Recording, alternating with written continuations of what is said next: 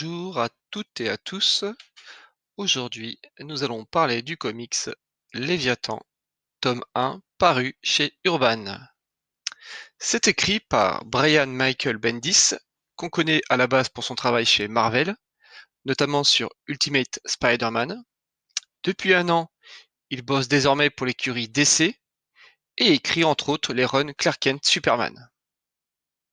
Il est épaulé sur ce comics sur un chapitre sur les 6, hors conclusion, par Greg Rucka, connu pour Lazarus et The Old Guard, deux comics indés. Côté dessin, nous avons Epting Steve, qui a bossé sur le comics indé récent Sarah, de Garth Ennis, dont beaucoup de monde en parlant bien. Epting Steve dessine 5 chapitres sur les 6 hors conclusion. Le 6e chapitre est dessiné quant à lui par Yannick Paquette et Mike Perkins. Voilà, là c'était la petite présentation des auteurs. Nous allons passer désormais au synopsis officiel. Dans l'ombre des grandes cités, les agences d'espionnage Spiral, Argus, Deus et la Force spéciale X se livrent depuis des années une guerre souterraine et secrète, faite de rivalités de clans, de multiples trahisons et parfois d'échanges d'informations sur les différentes menaces qui pèsent sur la Terre. Mais que se passerait-il si une organisation décidait de livrer une attaque sur l'ensemble de ses agences?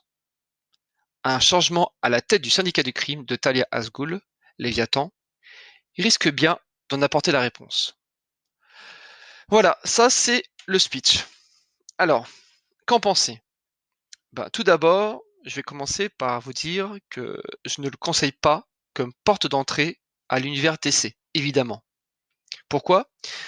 On se situe déjà à l'ère Rebirth, donc l'époque actuelle DC Comics, et pour pouvoir un minimum apprécier cet ouvrage, je vous conseille d'avoir lu déjà des comics de la Justice League, par exemple, ou d'autres comics ayant traité de ces organisations d'espionnage pour être plus familiarisé avec l'univers.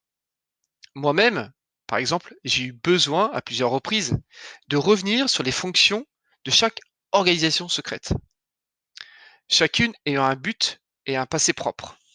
Donc si je prends un exemple concret d'une organisation, par exemple, si je vais dans le bouquin et que je tape, je lis par exemple, tiens, Argus, c'est une agence de renseignement des groupes unissant les super-humains, formée après la première bataille de la Ligue de Justice contre Darkseid.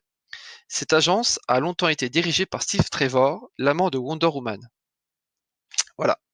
Donc ça, heureusement, en début de bouquin, vous avez le détail et les informations sur de quoi sont composées les agences et quelles sont leurs fonctions. Et au fil de l'eau, au fil de l'histoire, je suis revenu plusieurs fois pour savoir, attends, alors qu'est-ce qu'elle fait et de quoi elle est composée. Donc clairement, c'est pas facile d'accès. Il faut, à moins de connaître vraiment bien ces organisations.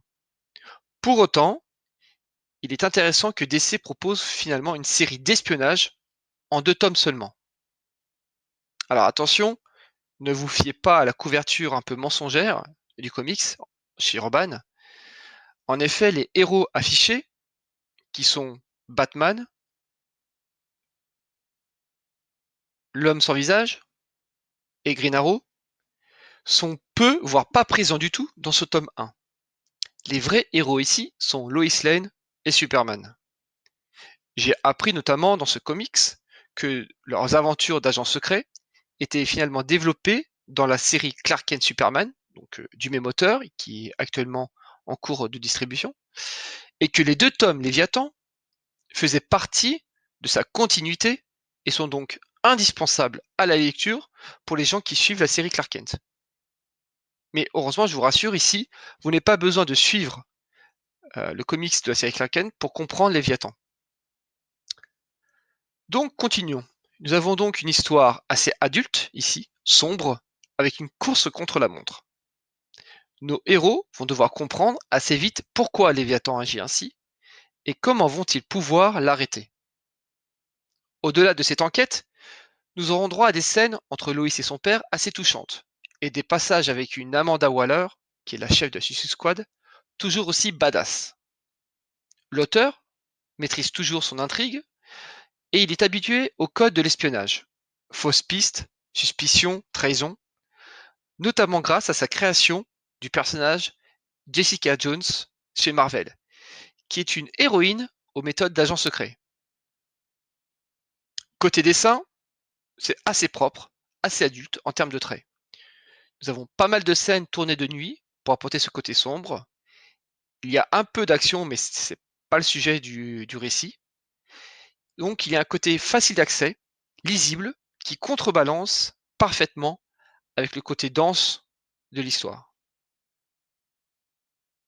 Pour conclure ce premier tome très intense, et qui est parfois difficile à suivre, notamment avec le dernier chapitre qui lui apporte une épaisseur supplémentaire qui ne va pas féliciter les choses, je dirais quand même que le scénario est solide, ainsi que le dessin.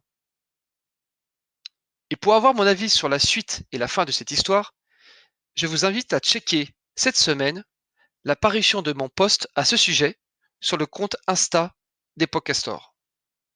Voilà, j'espère que ça vous a plu. N'hésitez pas à commenter, partager, lâcher un petit like, et je vous dis à très bientôt. Au revoir.